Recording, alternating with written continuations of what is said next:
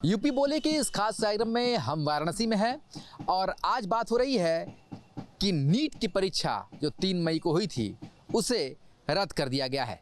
दरअसल paper leak होने की आशंका के चलते इस पूरी परीक्षा को ही रद्द किया गया है। अब सीबीआई इसकी पूरी जांच करेगी। हमारे साथ वाराणसी में छात्र हैं, वो युवा वर्ग है जो इस परीक्षा में हिस्सा लेता है। सीधे उनसे बात करेंगे। ये बताइए कि जिस तरीके से ये परीक्षा रद्द हुई है, एनटीए ने ये पाया है कि कहीं ना कहीं से इस जो 720 नंबर का एग्ज़ाम था, इसमें 600 नंबर के जो सवाल है वो लीक हो चुके थे। अब सीबीआई जांच कर रही है। किस तरीके से देखते हैं आप? देखिए, एनटीए पे भरोसा नहीं है और ये एग्ज़ाम हम लोग चाहते हैं कि दोबारा ही हो, और बल्कि एनटीए ना करा के एम्स कराए, क्योंकि एनटीए है ना, सीबीएसई कराए, कोई भी कराए, क्योंकि एनटीए पिछली 2024 में भी ऐसा ही कुछ हुआ था। इस बार तो उन्होंने माना है, पिछली साल तो माना ही नहीं था, 1 साल पहले। तो वो पहले ही 3 नोटिस उन्होंने दिया था 7 तारीख को कि एग्ज़ाम में सारी सैनिटिटी को मेंटेन किया गया है, एग्ज़ाम में सारे प्रोटोकॉल को फॉलो किया गया है। जब सब फॉलो किया गया तो पेपर लीक कैसे हुआ? फिर ये इसका मतलब इस एजेंसी के पास कुछ भी आइडिया नहीं है कैसे पेपर कंडक्ट करवाना है इतने बड़े लेवल पे। तो एग्ज़ाम तो दोबारा हो ही, और साथ में एनटीए को ये जिम्मेदारी ना दिया जाए, उसके साथ किसी और को जिम्मेदारी दिया जाए। हाँ। चलिए, कुछ यूथ हैं, उनसे बात कर लेते हैं। क्या लगता है आपको, जिस तरीके से ये परीक्षा रद्द हुई है, 23 लाख परीक्षार्थियों ने हिस्सा लिया था, अब एनटीए ने रद्द कर दिया है, सीबीआई जांच करेगी इसकी? यही सब चाहते हैं, बस री एग्ज़ाम हो और ये दोबारा कंडक्ट एनटीए ना कराए एग्ज़ाम, और कोई एजेंसी कंडक्ट कराएं, बस यही चाहते हैं। और री एग्ज़ाम ना करो, री एग्ज़ाम हो, बस दोबारा एग्ज़ाम हो। क्या लगता है आपको, जिस तरीके से ये परीक्षाएं रद्द होती हैं, जब पेपर लीक की बात सामने आती है, एक तरफ जो तैयारी करते हैं छात्र, उनको भी काफ़ी धक्का लगता है कि हमने इतनी तैयारी की, बहुत मुश्किलों से एग्ज़ाम दिया, अब पेपर जो है रद्द हो गया। क्या दिखाई दे रहा है? देखो, अगर गवर्नमेंट चाहे तो पेपर को बहुत अच्छे से फेयरली करवा सकती है, ठीक है। इसमें अगर प्री और मेंस 2 स्टेप जोड़ दे, अगर बहुत लार्ज स्केल पे है तो ऑब्वियस ही बात है, उस पर चीटिंग कंट्रोल करना, पेपर लीक कंट्रोल करना पॉसिबल नहीं है, ठीक है। लेकिन अगर ये 2 स्टेप जोड़ दे, प्री और मेंस जोड़ दें, पहले एक सिलेक्टेड नंबर ऑफ 2-2.5 लाख या इवन 1-1.5 लाख स्टूडेंट पहले सेलेक्ट करके दोबारा उसके बाद सेकंड स्टेज पे उनका अलग से पेपर लिया जाए, तो ऑब्वियस ही बात है ये चीज़ें नहीं होगी, ठीक है। लेकिन गवर्नमेंट की मंशा नहीं होती, और इसमें ऑब्वियस ही बात है प्राइवेट लॉबी का हाथ रहता है, जो मेरा मानना है, ठीक है। अब तो एनटीए कह रही है कि हम जांच करा रहे हैं, सीबीआई जांच कर रही है। नहीं, ये तो पहले भी करते रहे हैं, 2024 में भी बोले थे हम ये जांच कर रहे हैं, वो कर रहे हैं, लेकिन उनकी मंशा से ही नहीं होती है, ठीक है। वो करना ही नहीं चाहते हैं जो काम प्रैक्टिकली होना चाहिए, ठीक है। मैं फिर बोल रहा हूँ कि 2 स्टेप पे अगर पेपर होता तो ये सारी चीज़ें होती नहीं, ठीक है। अगर प्री में थोड़ी बहुत अगर नकल मार भी ली गई, पेपर लीक भी हो गया, तो आपका सेकंड स्टेप में तो सबकी औकात समझ में आ ही जाती। तो क्यों लगता है आपको, क्यों इसके पीछे क्या रीज़न मानते हैं आप लोग? इस तरीके से बार बार पेपर लीक की बात सामने आती है, फिर परीक्षा रद्द होती है। नहीं, तो पेपर के लिए तो मैंने बोला ना, मंशा सही ढंग से नहीं है। पेपर अगर लोगों, अगर ये एजेंसी चाहे तो क्यों नहीं करवा सकती सही ढंग से? ये एडवांस लेवल पे जो पेपर होता है, उसमें जब आप पहले कुछ बच्चों को सिलेक्ट करके दोबारा एडवांस पे पेपर लेते हो, तो मुझे नहीं लगता कि आज तक कभी भी एडवांस के नाम पे कभी लीकेज जैसी कोई बात आई है या अनफेयर मीन्स जैसी कोई बात आई है, ठीक है। ये नीट में ही क्यों बार बार आती है? इवन मेरे को लगता है जेईई मेन जो कंप्यूटर बेस्ड होता है वो भी बिल्कुल फेयर है या नहीं है, मुझे डाउट है उस चीज़ पे, ठीक है। तो फेयर करवाने के लिए कम से कम 2 स्टेप पे, जब इतने लोगों को सिलेक्ट करना है, इतने लोगों का पेपर लेना है, तो कम से कम 2 स्टेप पे पेपर होना चाहिए, ठीक है। क्या लगता है, आप लोग तैयारी करती हैं, एग्ज़ाम देने के लिए आते हैं, उसके बाद जब रिज़ल्ट की बारी आती है तो पता चलता है कि पेपर लीक हो गया, परीक्षा जो है वो रद्द हो गई? कुछ बुरा लगता है, बट इसका ये हम बस ये चाहते हैं कि हमारे लिए फेयर एग्ज़ाम हो। हम इतना प्रिपरेशन करते हैं बस इसलिए क्योंकि हमें फेयर एग्ज़ाम चाहिए, और अगर आप फेयर एग्ज़ाम नहीं कंडक्ट करा पा रहे हैं तो आप दीजिए किसी और को, सीबीएसई को दीजिए, एम्स को दीजिए, आप किसी को भी दीजिए, लेकिन आप फेयर एग्ज़ाम कंडक्ट कराइए, क्योंकि हमारी मेहनत है, हमें डॉक्टर बनना है, और एक डॉक्टर का ये मतलब होता है कि हमें लाइफ, किसी की भी लाइफ बचानी है। जो हम आज चैप्टर पढ़ रहे हैं वो हम दूसरे की लाइफ बचाने के लिए पढ़ रहे हैं, हमें ये सिखाया जाता है। और इसका ये मतलब नहीं है कि आप कुछ भी करा रहे हैं, आप चीटिंग करा रहे हैं। अगर मैं चीटिंग करके पास होंगी तो आप आएंगे मेरे पास इलाज करवाने? कोई भी आएगा यहाँ पे मेरे पास, कोई भी आके बोलेगा कि आप मेरा इलाज कर दीजिए और मेरे से वो प्रिस्क्राइब कराएगा किसी भी टाइप की मेडिसिन? नहीं कराएगा। इसका ये मतलब है हम क्वालिफाइड होना चाहते हैं डॉक्टर बनने के लिए, और हमें उसके लिए फेयर एग्ज़ाम चाहिए। और अगर आप नहीं करा पा रहे हैं, इसका मतलब है कि आप हमारे साथ साथ आप सबके साथ खिलवाड़ कर रहे हैं, आप नई जनरेशन के साथ खिलवाड़ कर रहे हैं, आप जो भी आएंगे हमारे पास, जितने भी टाइप के मरीज़ आएंगे, जितने भी पेशेंट्स होंगे, सबके साथ आप मजाक कर रहे हैं, सिर्फ हमारे साथ नहीं कर रहे हैं आप। तो प्लीज़ हमारे लिए फेयर एग्ज़ाम कंडक्ट कराइए। We want reNEET and I don't want कि वो NTA कंडक्ट कराए, वी वांट कि वो कोई भी और एजेंसी कराए, बट NTA नहीं। तो देखिए, छात्र हो छात्राएं हो, उनके मन में मलाल है किस तरीके से तैयारी करने के बाद जब वो जाते हैं एग्ज़ाम देने के लिए और उसके बाद पता चलता है कि एग्ज़ाम जो है रद्द हो गया। NTA पर सवाल उठ रहे हैं, व्यवस्थाओं पर सवाल उठ रहे हैं। आप लोग तैयारी करते हैं नीट के एग्ज़ाम की, एक उम्मीद रहती है कि चलिए एग्ज़ाम दे रहे हैं, इसके बाद रिज़ल्ट आएगा। रिज़ल्ट आने से पहले जब परीक्षा रद्द होती है तो फिर से ज़ीरो पे आ जाते हैं। हाँ, हमें तो फिर से तैयारी करनी पड़ती है। अगर हम इतने कट ऑफ होने के बाद भी, और इतनी हाई कट ऑफ इस बार भी जाने वाली थी, और अगर मार्क्स ऊपर नीचे होती हैं तभी हमें ये सब बहुत डीमोटिवेट करता है कि हमें फिर से वही चीज़ पढ़ना पड़ेगा, फिर से वही सिलेबस, फिर से वही चीज़, और कोई दूसरा पूरा पेपर लीक कर देता है और वो डॉक्टर बन जाता है। वो हमें एक लेबल भी नहीं मिल पाता, और एक लेबल मिलता भी है तो एक ड्रॉपर का मिलता है। देखिए, ये सवाल सबसे बड़ा उठता है कि इतने बड़े एग्ज़ाम को कंडक्ट कराने की जिम्मेदारी किस तरीके से ली जाती है, और उसके बाद अगर पेपर लीक हुआ तो किस तरीके से हुआ। गिरफ्तारियां तो हो रही हैं, पर जिस तरीके से ये पेपर लीक हुआ है, कहीं ना कहीं आगे आने वाले दिन के जो पेपर हैं उस पर भी आपके सवाल उठेंगे कि फिर कहीं ना कहीं वो भी रद्द ना हो जाए। बिल्कुल सर, जैसे कि 2024 में हुआ, उस टाइम तो पेपर लीक हुआ ये कंफर्म था, बट NTA ने एक्सेप्ट नहीं किया। उसके बाद 2025 में बहुत ही टफ लेवल का क्वेश्चन हुआ, 525 नंबर पे सिलेक्शन हुआ। फिर अभी कुछ भी उन लोग ने एक्शन नहीं लिया, तभी तो 2026 में भी क्वेश्चन आउट हुआ। किसी को डर ही नहीं है कि हम अगर क्वेश्चन आउट करते हैं तो इस पर कोई पनिशमेंट होगी। ऐसा कानून बनाया जाए कि जो भी अगर प्रूव हो जाए कि इसने किया है, तो फिर वो ज़िंदगी में कभी कुछ ना कर पाए, चाहे वो स्टूडेंट हो या फिर लीक करने वाले इंसान हो या फिर NTA खुद भी उसमें इन्वॉल्व हो। अभी ऐसा है कि पैसा दे रहे हैं और पेपर ख़रीद रहे हैं। ठीक है, अगर मैं 2024 वाले स्टूडेंट जो भी पास किए हैं, पेपर लीक जिनका हुआ है, अगर मैं उनसे इलाज करवाने जाऊंगी तो मैं ठीक होने के बजाय और मैं बीमारी हो जाऊंगी। उनको जब ये नॉलेज नहीं है कि फ़िज़िक्स के ये न्यूमेरिकल्स कैसे सॉल्व होंगे, या फिर फिजियोलॉजिकल एनिमल फिजियोलॉजी जो है उसके बारे में उनको पता ही नहीं है ढंग से, तो वो हमारा इलाज कैसे करेंगे? जब उनको पता ही नहीं कि ब्रीदिंग में क्या है या फिर हार्ट कैसे फंक्शन करता है, तो वो कैसे हमारा इलाज करेंगे? तो बस यही कहना था मुझे कि NTA ना करवाए, CBSE करवाए या फिर कोई भी करवाए, और कंप्यूटर बेस्ड हो तो ज़्यादा अच्छा है, क्योंकि अभी तक तो मुझे सुनने में नहीं आया कि JEE मेंस या फिर JEE एडवांस में ऐसा कुछ भी हुआ है। तो कंप्यूटर बेस्ड हो तो ये बहुत अच्छा होगा। क्या लगता है आपको कि NTA पर लगातार सवाल उठ रहे हैं इस पूरे परीक्षा को रद्द होने के पीछे? आप क्या मानती हैं कि आप लोग जब तैयारी करती हैं, एग्ज़ाम देते हैं, उसके बाद जब ये खबर आती है तब मन कितना दुखी होता है, और क्या आपको भी लगता है कि NTA जो है इस परीक्षा को कंडक्ट ना कराए?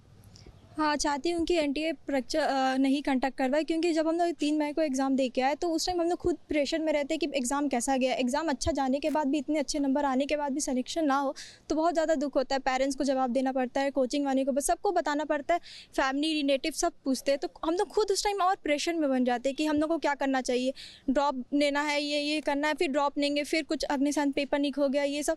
तो ये सब बहुत गलत बात है, और NTA को अपनी जो ये कह रहे सही में पेपर हम लोग को जो लीक हो रहा है, और NTA को अपना करके और दूसरे को देना चाहिए कि वो कंडक्ट करवाए, क्योंकि हम लोग बहुत डिमोटिवेट हो जाते हैं और फिर से सारा रीस्टार्ट करने में बहुत ही होता है, सारे इनबैलेंस हो जाते हैं हमारे फीलिंग्स, ये सब।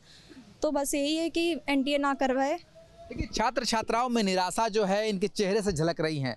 इन तस्वीरों को आप देखकर समझ सकते हैं कि वो कितने निराश हैं। जिस तैयारी के साथ उन्होंने एग्ज़ाम दिया, और अब जब रिज़ल्ट आने की बारी आने को है तब पूरी परीक्षा ही रद्द हो जाती है।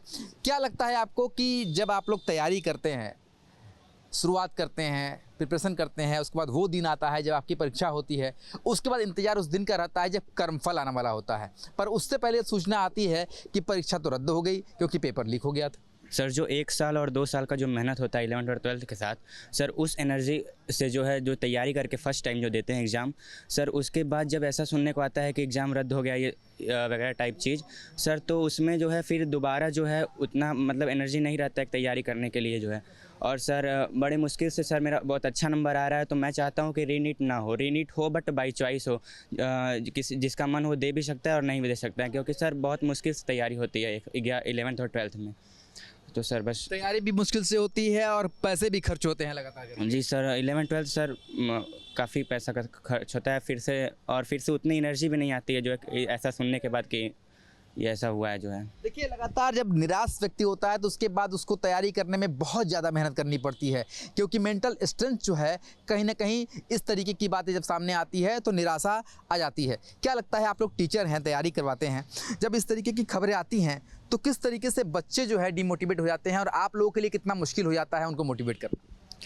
असल में बच्चे कंटिन्यूस एफर्ट लगाते रहते हैं, एग्ज़ाम टाइम तक अपना बेस्ट देते हैं और उसके बाद ऐसे न्यूज़ आने के बाद डीमोटिवेशन होना नेचुरल है। एनटीए कंटिन्यूस 1 से 2 साल के गैप पे रेगुलर ये कोई ना कोई प्रोपगंडा आ रहा है एनटीए की तरफ से। तो मेरा ये मानना है कि एनटीए की मंशा ही सही नहीं है, नहीं तो कंटिन्यूस ये बात मतलब 2024 में आया, उसके पहले भी आया था, लगातार ये चीज़ें होना ये कहीं ना कहीं से एनटीए की मंशा को भी सस्पेक्ट कर रहा है। अरे मंशा सही नहीं है, मंशा सही न होने के पीछे क्या कारण मानते हैं? बहुत सारे कारण हो सकते हैं, पेपर लीक होता है, उससे पैसा आता है, बहुत सारी चीज़ें हैं।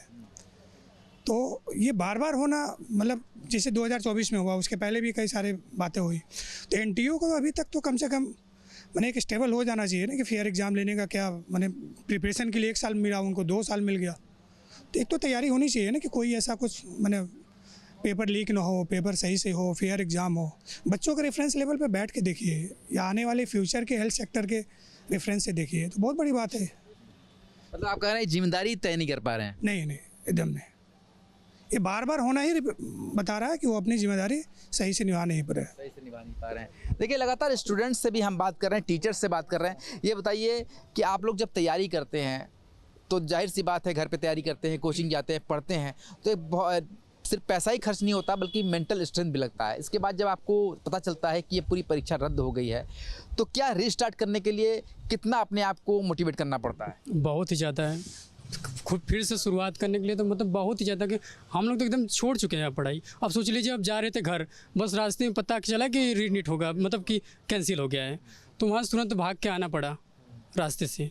सर लोग बताया कि ऐसा ऐसा है तो आना पड़ा यहाँ पे। अब बताइए आप लोग मेंटली एकदम बच्चा एकदम फ्री रिलैक्स हो जाता है कि मतलब सब कुछ छोड़ चुका होता है कि हमको नहीं पढ़ना है, अब हो गया मेरा, हो जाएगा ऐसा लगता है। अब बताइए हम लोग क्या करना चाहिए, अब बताइए आप ही लोग।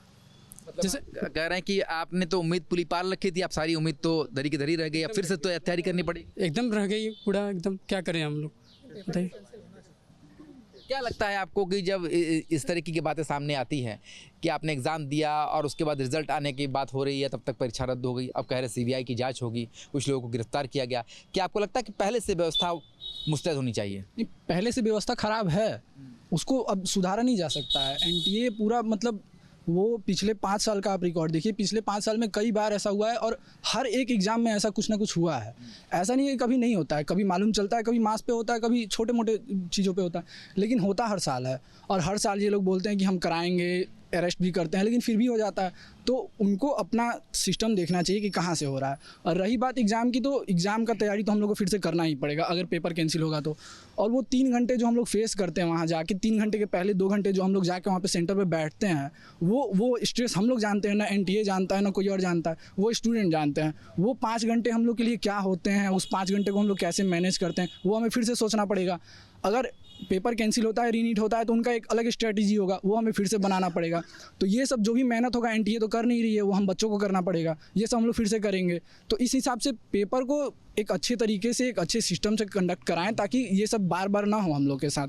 और सिर्फ हमारा तो नहीं है, हमारे आगे वाले भी बच्चे आएंगे, नेक्स्ट सेशन में भी बच्चे आएंगे, उनके साथ भी ये होगा। तो फिर इस हिसाब से देखा जाए तो बच्चे प्रिपरेशन करना ही छोड़ देंगे। तो इस चीज़ के लिए उन्हें ध्यान देना पड़ेगा और ये सबसे मेन गवर्नमेंट पे जाता है कि गवर्नमेंट ऐसे एजेंसी को दे जो अच्छे से कंडक्ट कराए। आप जाके देखिए 2015 का पहले का रिकॉर्ड देखिए, उसके पहले का पेपर भी अच्छे आते थे, 2 लेवल पे होते थे और CBSE कराती थी, एम्स कराती थी, अच्छे से कराती थी। अब जब से NTA को मिला है तब से ये चीज़ें हो रही हैं, तब से इतना ज़्यादा अप डाउन हर चीज़ में होता है। कभी आप पेपर हार्ड करते हैं, कभी पेपर लो करते हैं, इस चीज़ को दिखाने के लिए कि हम लोग अच्छे से कंडक्ट कराएं। ये तरीका नहीं है। आप लोग अपना तरीका सुधारिए, अपना सिस्टम सुधारिए। हम तो बस यही बोलेंगे NTA से। क्या लगता है कि जिस तरीके से ये परीक्षाएं रद्द हो रही हैं, जाहिर सी बात है आपने NTA की मंशा की बात की, पर अब जब जांच होती है, इससे पहले जो पेपर रद्द हुए थे उसमें जांच होती है, उसकी जो रिपोर्ट आती है, क्या लगता है उस रिपोर्ट के आधार पर कार्रवाई होती नहीं है क्योंकि दोबारा इस तरह की गलती होती है? देखो, पेपर जो लीकेज होता है वो अलग अलग स्टेप्स पे हो सकता है, ठीक है।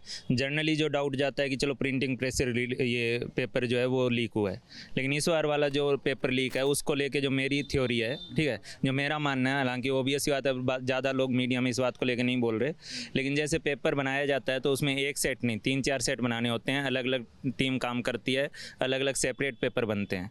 तो ये जो गैस पेपर के नाम पे जो आया है और सारे क्वेश्चन नहीं मैच करे, 130-140 क्वेश्चन मैच कर रहे हैं, इससे मेरा तो यही समझ में आ रहा है कि इस बार ये प्रिंटिंग प्रेस से पेपर लीक नहीं हुआ है।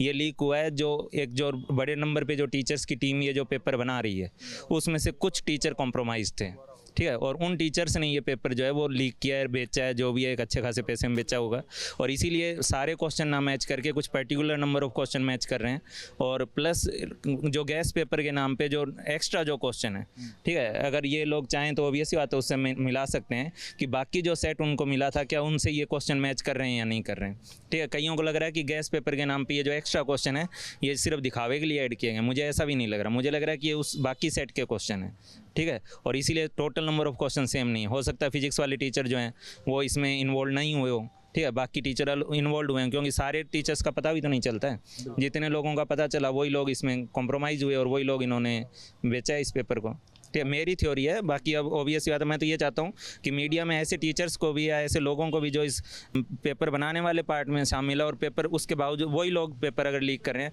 तो उन पर तो और ज़्यादा कठोर कार्रवाई की जानी चाहिए, ठीक है। एक बड़ा सवाल उठा रहे हैं कि पेपर कंडक्ट करने वालों पर ही नज़र रखनी चाहिए, कहीं ना कहीं उस लेवल से भी पेपर लीक हो सकता है। देखिए, पेपर तो लीक हो गया, आप लोग सिर्फ यहीं के नहीं बल्कि दूर दूर से पढ़ने के लिए भी आते होंगे, हॉस्टल में भी रहते होंगे, कोचिंग भी पढ़ाई करते होंगे, तो क्या लगता है कि जो माता पिता की इतने दिनों का खर्च है वो भी कहीं ना कहीं पानी में चला जाता है, फिर से तैयारी करनी पड़ती है? ऑफ कोर्स, पैसे मम्मी पापा के जितने भी पैसे होते हैं वो अलग इन्वेस्ट होते हैं, हमारा मेंटल हेल्थ अलग ख़राब होता है, हम हॉस्टल में रहते हैं, हॉस्टल का खाना खाते हैं, फिज़िकल हेल्थ ख़राब होती है, सब कुछ ख़राब होता है, और इतनी मेहनत हम सिर्फ इसलिए करते हैं क्योंकि हमें एक फेयर एग्ज़ाम चाहिए, हमें उसका अच्छा रिज़ल्ट चाहिए, हमें अच्छे कॉलेज में जाना है, हमें डॉक्टर बनना है, हम इसलिए करते हैं। मम्मी पापा के पैसे, हमारा मेंटल हेल्थ, हमारा फिज़िकल हेल्थ सब कुछ ख़राब हो रहा है।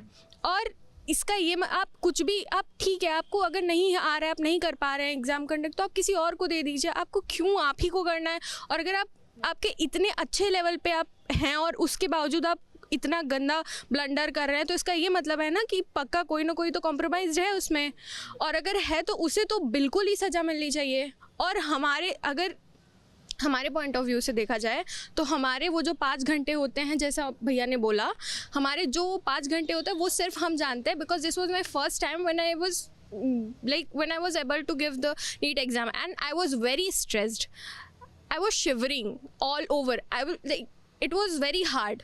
मैं वहाँ बैठी हुई थी, मुझे पसीने आ रहे थे, मैं कैसे कैसे सॉल्व की थी, this is only my struggle. और ऐसा नहीं है कि मेरे अलावा और किसी को ऐसा नहीं हो रहा होगा, सबको एंग्जाइटी होती है, सबको स्ट्रेस होता है, बिकॉज हम पूरे साल तैयारी करते हैं। और बहुत लोग होते हैं ऐसे जो कि 2 साल 3 साल 4 साल, मैं 4 साल से प्रिपरेशन कर रही हूँ, मैं यहाँ 9th से पढ़ती हूँ, और मैं 9th 10th 11th 12th 4 साल से प्रिपरेशन करने के बाद अगर मैं एग्ज़ाम देने गई हूँ और मेरे साथ ये हुआ है, एग्ज़ाम नीट चीटिंग ये हुआ है, तो ये गलत है। 4 साल की मेहनत थी मेरी, वो बर्बाद हो गई। बिल्कुल, 4 साल की मेहनत तो है ही, साथ ही जो एग्ज़ाम देने का स्ट्रेस होता है वो उससे वापस निकलता है, व्यक्ति रिजल्ट का इंतजार करता है, और जब ये बातें सामने आती हैं तो छात्रों में डिप्रेशन तक हो जाती है। ये बताइए, आप सामने आइए, क्या लगता है आपको, लोग लड़कियां हैं, जाहिर सी बात है दूर दूर से यहाँ पर पढ़ने के लिए आती हैं, हॉस्टल्स भी रहते हैं, तैयारी करते हैं, आपके पीछे भी बैच हैं जो तैयारी कर रहे हैं, जिनको लगता है कि आगे जाएंगे, फिर उनके लिए खाली होगी।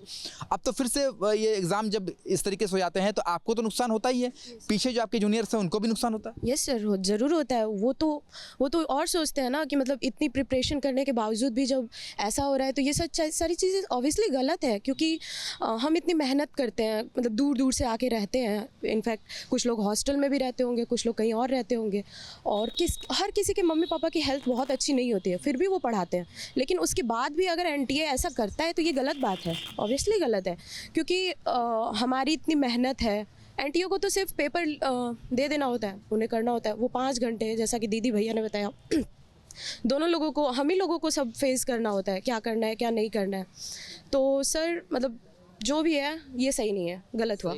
क्या लगता है, आप लोग तो टीचर हैं, आप लोग तो लगातार पढ़ाते हैं बच्चों को, जब इस तरीके की स्थिति आती है तो न सिर्फ ये बच्चे बल्कि जो दूसरे बच्चे तैयारी करने के मकसद से पढ़ाई करते होंगे उनके ऊपर भी प्रभाव पड़ता है इसका? बिल्कुल प्रभाव पड़ता है। अब जैसे यहाँ देखिए बहुत सारे बच्चे हैं जो घर चले गए थे, कुछ लोग मिठाई बांट दिए थे, उनके बहुत अच्छे नंबर थे, अब लगातार उनके कॉल आ रहे हैं सर हम क्या करें। तो जो बच्चा बहुत अच्छा, क्योंकि एग्ज़ाम है ना, आपको 3 घंटे में ही अपने आप को सब कुछ वहाँ साबित करना। हो सकता है उस समय आप ना सोच पाए, आपको आता हो क्वेश्चन, उस समय स्ट्राइक ना कर पाया तो आपका हो सकता है पेपर ख़राब हो जाए। तो वो बच्चे जिनके बहुत अच्छे नंबर आए हैं वो अगर दोबारा एग्ज़ाम में बैठ रहे हैं, जो 4 साल 5 साल मेहनत किया है, तो वो कहीं ना कहीं मान रहा है उसके साथ इनजस्टिस हुआ है। हाँ, सीधी सी बात। क्या लगता है अब फिर से तैयारी करना पड़ेगा? लगता तो यही है, अब क्या कर सकते हैं, करना तो पड़ेगा, जब जैसा कहेंगे वैसा तो करना ही पड़ेगा, लेकिन इससे बहुत लॉस होगा, ये है, इतना तो तय है। अच्छा, जब फिर से तैयारी करनी पड़ती है तो पढ़ाई में उस तरीके का मन लगाने के लिए भी काफ़ी ज़्यादा कंसंट्रेट करना पड़ता होगा। अब देखिए हमें कम से कम 2 से 3 दिन तो लगेगा उस लेवल पे आने के लिए, क्योंकि हम लोग साल भर से अगर रिदम बना हुआ है, उस रिदम को 15 दिन 10 दिन तोड़ के फिर उस रिदम को बनाने में फिर हमें साल भर टाइम चाहिए होगा। लेकिन उसी रिदम को लाने में हमें 2 दिन उस तरह का मेहनत करना पड़ेगा, उस तरह का माइंडसेट लाना पड़ेगा। हमारे टीचर्स भी उसके लिए परेशान होंगे, सब कोई परेशान होगा, और उस चीज़ को फिर से अगर उस लेवल पे ले जाना है, उस लेवल पे हमें तैयारी करनी है तो बहुत ज़्यादा स्ट्रेस लेना पड़ेगा। तो ये चीज़ तो करनी पड़ेगी, और फिर से वो माइंडसेट लाना बहुत मुश्किल है हमारे लिए, लेकिन लाएंगे, करना भी पड़ेगा। देखिए, जो छात्र हैं वो लगातार इस बात को कह रहे हैं कि ऐसी एजेंसी को परीक्षा कंडक्ट कराने की इजाज़त नहीं देनी चाहिए जहां से लगातार परीक्षा में पेपर लीक होने की बात सामने आती है। लोग फिलहाल एनटीए पर सवाल खड़े कर रहे हैं, साथ ही छात्र ये भी पूछ रहे हैं कि इस तरीके से कब तक चलता रहेगा। वो तैयारी करते हैं, एग्ज़ाम देते हैं, रिजल्ट का इंतज़ार करते हैं और पता चलता है पेपर लीक हो गया, जिससे छात्रों में निराशा है। और वो ये भी कह रहे हैं कि जल्द से जल्द इस पर सरकार को कड़ा फैसला लेना होगा, नहीं तो उनका जीवन बर्बाद हो रहा है। वीडियो जर्नलिस्ट शिवम मिश्रा के साथ सुशांत मुखर्जी, न्यूज़ स्टेट, वाराणसी। अब से डीडी फ्री डिश के चैनल नंबर 57 पर देखिए न्यूज़ नेशन।